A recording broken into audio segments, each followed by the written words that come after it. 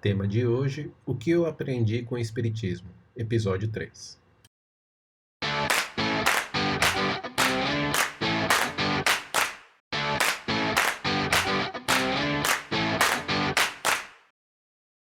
E aí, eu estenderia mais o papo, mas em favor do tempo que a gente tem aqui, eu me sinto satisfeito porque essa foi realmente uma provocação. A provocação era justamente tirar o caldinho disso aí, né? Tirar o sumo. A gente tem bastante tempo e no frigir dos ovos, o que que a gente conquistou? O que que a gente tem ao final disso tudo? Era mais essa provocação, sem querer atiçar o leão com baracuta. E aí eu vou fazer uma pergunta final, que se vocês puderem responder, eu gostaria, é justamente essa. Passados 30 anos, nenhum de nós aqui morreu ainda, né? O que falta aprender com o Espiritismo que você ainda não aprendeu? Ou seja, aquilo que você tem consciência, aquilo que você sabe que é deficiente, não precisa ser nada pessoal, íntimo, nem nada disso. Mas o que falta aprender? Se vocês puderem responder, por favor, porque eu gostaria de deixar para a audiência a seguinte mensagem. A gente está na caminhada eterna, né? A gente não está no meio do caminho, ou talvez muito mais próximo do início do que do final da caminhada. E sim, o Espiritismo é encantador por diversas razões, mas ainda assim a gente tem passado tanto tempo, a gente ainda tem coisas a aprender, na minha visão. Eu acho que tem muito para aprender. Eu acho que reaprender é uma coisa que não tem fim, né? Eu acho que assim como a gente não tem fim, o aprender também não tem fim. E eu estava pensando aqui, né, que Deus também tem sempre um plano B para a gente. Porque nem sempre a gente cumpre o que nós falamos que faríamos. Então, nós temos a indulgência do Pai Maior também, que tem um plano B para a gente, né? Então, eu penso que o aprender, né, de fato, até por conta do que eu acredito, né, da, do que embasa as teorias, né, as minhas bases didáticas, enfim, é da relação com o outro, né? Então, o outro faz com que a gente aprenda. A gente aprende sozinho, é um processo individual, mas a gente aprende na relação, né? Então, quanto mais cedo a gente aprender isso, mais, eu acho que mais, talvez mais a gente vai conseguir não só aprender, mas também contribuir, porque é o que a Carla falou, a gente pode ser a mão que estende e a mão que vai precisar de socorro. Isso vai depender de cada situação, né? Então a gente precisa, sim, e é como a gente vem falando aqui em muitas coisas, não é um processo linear, não é uma coisa que a gente vai aqui. Aqui tem coisas que a gente já está muito bem aqui e está péssimo aqui. Se a gente for enumerar, eu vou falar por mim, se eu for enumerar as coisas que eu estou péssima, meu, vai ser muita coisa ainda, né? E aí a gente tem outras coisas também que a gente já, né? Como diz o Zé aí, como é que você falou, Zé? Você confia no seu taco, como é que é? No que você não é. Você Como usou um assim? termo aí. Enfiar no taco ou deixar um plano B assim? Não, não, você falou quando eu vi que eu não era o que mesmo? Ah, não, o complexo de vira-lata do Isso. Nelson Então, Rodrigues. Sou eu, então Nelson assim, Rodrigues. você tem, exatamente, quando você percebe que você não, em determinadas coisas você não tem, mas em outras você ainda é o vira-lata, né? Então, eu acho que é isso, né? O espiritismo mostra que a gente tem muitos pilares e muitas coisas para a gente e desenvolvendo, mas a maioria das vezes a gente mesmo ainda nem consegue identificar. Tem muita coisa que a gente não identifica, né? Que é só quando a gente está vivendo a experiência, como diz a Carla, é que a gente vai passar. E por mais que a gente tenha conhecimento, por mais que a gente tenha ouvido falar, por mais que a gente acha que tenha aprendido, na hora H ali do X da questão é que a gente vê que ou a gente aprendeu, ou a gente não aprendeu, ou a gente ainda a gente está num processo, né? Então, eu acho que não dá, nada é finito. Então, tem muitas coisas que eu, por exemplo, considero que eu já tenho bastante base, mas tem muitas outras que eu preciso melhorar muito. Então, eu penso que isso não tem fim, não tem fim. Não adianta falar assim, eu acho que nunca a gente vai chegar, e mesmo quando a gente chegar lá nos mundos mais superiores, a gente vai ter coisas ainda para aprender. E é isso que é o bacana, sabe? Porque, por exemplo, se você perguntar para mim, uma das coisas que me move na vida, o conhecimento é uma coisa que me move, aprender é uma coisa que me move. Então, isso, para mim, você pensar que você tem sempre algo para aprender, é uma coisa que me deixa assim, extremamente feliz para seguir, né, e continuar aprendendo, caindo, errando e aprendendo com o erro, porque é isso que a gente ser imperfeito e a gente está bem em algumas coisas, mas em outras ainda precisa melhorar muito. Cara, o que eu preciso aprender ainda? Espiritismo. Eu acho que eu preciso aprender espiritismo. Sabe por quê? E eu tenho uma evidência óbvia. O Zé acabou de falar, né? Contra fatos e dados não tem argumentos. Eu tenho uma evidência perfeita para afirmar isso. A gente faz o evangelho todo domingo e todas as vezes a gente já virou o evangelho, sei lá, desde que a gente casou mais ou menos, acredito que um pouco menos de um ano a gente vira o evangelho inteiro. A gente já deve ter virado o evangelho mais de 50 vezes, acredito eu. Toda vez que eu leio sempre as mesmas coisas, porque aí a gente virou. Hoje eu vou passar por determinado ponto, eu tenho um entendimento diferente. Não é uma evidência que eu não entendi nada do espiritismo? Uma bela evidência, diga-se de passagem, né? Então, eu acho que eu preciso aprender muito do espiritismo. Eu preciso aprender, mas assim, embora cada vez que a gente passa, eu tenho um entendimento, a gente tem um entendimento diferente, eu acredito que cada vez nós estamos, que seja 1 milímetro sequer, mais próximo do que realmente a mensagem do Cristo quer dizer, né? O significado real da mensagem do Cristo. Né? Então, é um processo longo, é um processo demorado, é um processo que dá trabalho, né? Como o Sidney gosta de frisar bastante, né? É um negócio que dá trabalho. Mas a gente tem que trabalhar para a gente poder avançar, né? Então, o que eu preciso aprender é o espiritismo, definitivamente. Vou aproveitar aqui antes que a Carla fala, senão eu vou bancar a Peppa mesmo. Aí falta só fazer aquele barulhinho. Mas vamos lá. A Cláudia falou um negócio aqui que é sério. A questão do. Bom, vocês falaram, todo mundo, a Cláudia, o Alexandre, o Sidney falou. Que a questão da aprendizagem. Vamos voltar à pergunta inicial, que é o que te aprendeu, aprendizagem. Eu tenho a imagem mental de que conhecimento é como uma bexiga. Você vai enfiando lá dentro. Quanto mais você aprende, você vai jogando conhecimento na bexiga. Vai enchendo a bexiga. Legal. Só que conforme você vai enchendo a bexiga, aí cai no que o Alexandre falou. A superfície vai expandindo, ou seja, o seu contato com o desconhecido aumenta. Porque a bexiga faz a separação entre o que você conhece e o que você desconhece. Então, conforme você vai aumentando o conhecimento, a bexiga vai expandindo, a área vai aumentando, o seu contato com o desconhecido aumenta. Então, por isso que a gente sempre quer mais. Por isso que a gente sempre, quanto mais você aprende, mais você quer aprender. É um ciclo virtuoso. Deveria ser, pelo menos. Né? Enfim. Agora, tem certas pessoas que a bexiga é furada. Né? O cara enche, escapa. Né? O cara enche, escapa. Principalmente aluno. Você chega para o aluno e fala, fulano, você lembra disso aqui?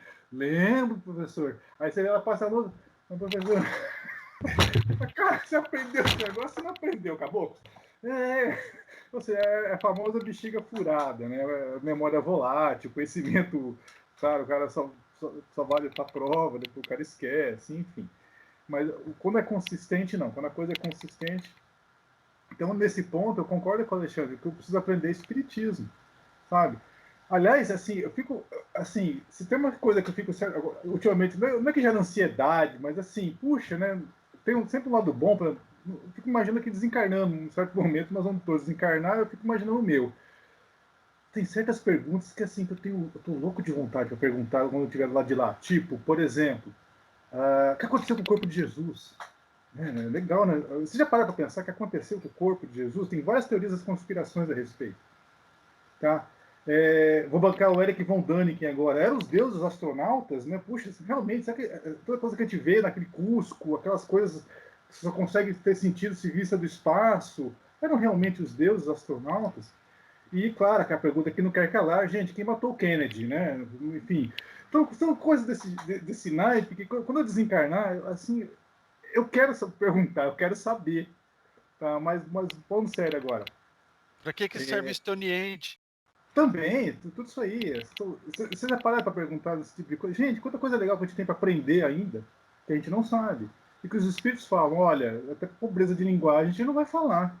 Vocês não têm como saber. Naquela época, por exemplo, o meu sonho de consumo é um dia, assim que eu quero me aposentar, sabe-se Deus quando, se é que eu vou aposentar, pegar toda essa parte do espiritismo, a parte científica, e contextualizar no conhecimento científico da época. Tem muita coisa que a gente vê no livro dos espíritos que, assim, gente, isso aqui é engenharia genética. Vai ser rápido. Você vem outra vez só para fazer essa parte, pode ser? Pode também. Pode. Por exemplo, tem coisa que é genética, que está mais. Assim, mas o Watson e Crick só descobriram o DNA 100 anos depois, praticamente. Relatividade, o Einstein nem estava encarnado ainda, quando estava lá o Kardec fazendo as coisas, enfim, então. E tem muita coisa que o tempo é diferente para nós, óbvio, porque estão em alta velocidade. O Einstein já mostrou que o tempo depende da velocidade. Então tem muitas coisas que lá no livro dos Espíritos não está devidamente explicado, não é porque o Kardec desconhecia, os Espíritos não conheciam, não, porque cara, não tinha como falar naquele momento. Não tinha como. Meu sonho de consumo é um dia pegar isso aí, pegar tudo aquele livro assim, e falar, nossa, agora eu vou debulhar isso aqui e escrever, olha, contextualizando a obra de Kardec no conhecimento científico da época, que na realidade estava engessado. Era uma camisa de força que Kardec estava sem saber, né? Hoje, desencarnado, ele deve saber. Nossa, realmente, não tinha como eu saber, né? Na hora que eu estava compilando tudo aquilo ali. Hoje ele deve saber, com certeza, de cor salteado e de trás para frente. Mas, enfim, tem muita coisa que a gente precisa aprender mesmo. Peraí, antes da Carla falar.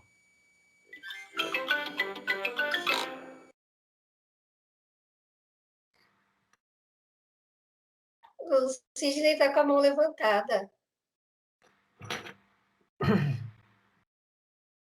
Eu nem sei por que eu levantei a mão, mas o que eu ia comentar aqui é o seguinte: das características do Espiritismo, as que eu gosto mais são a ciência e a filosofia, que me encantam mais. A religião acho que tem um lado mais poético, assim, para mim. E essas discussões filosofais, assim, elas fazem sentido quando você incorpora o espiritismo. Incorpora não é a palavra também, porque vai parecer outra coisa, né? Mas quando você assimila o espiritismo. Porque estudar, todo mundo tem acesso.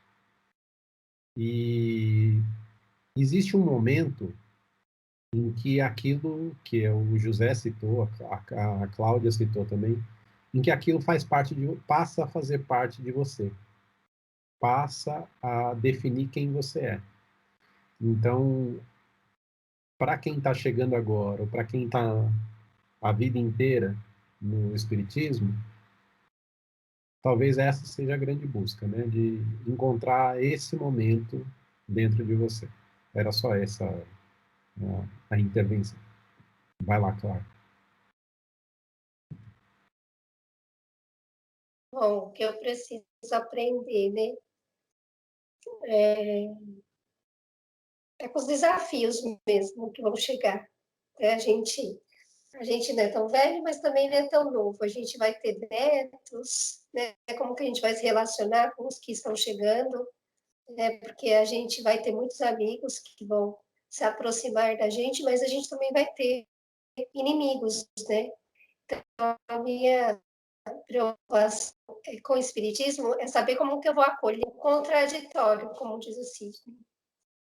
Né? Porque enquanto está tudo bem, a gente está bem, a gente está confiante, a gente é feliz, mas quando chega os desafios, aquilo que a gente nunca passou, aquilo que a gente tem medo de passar, e como a gente vai passar por aquilo? É a gente se preparar aos contraditórios, né? Porque eu sou uma pessoa muito controladora, então geralmente tudo sai como eu planejo.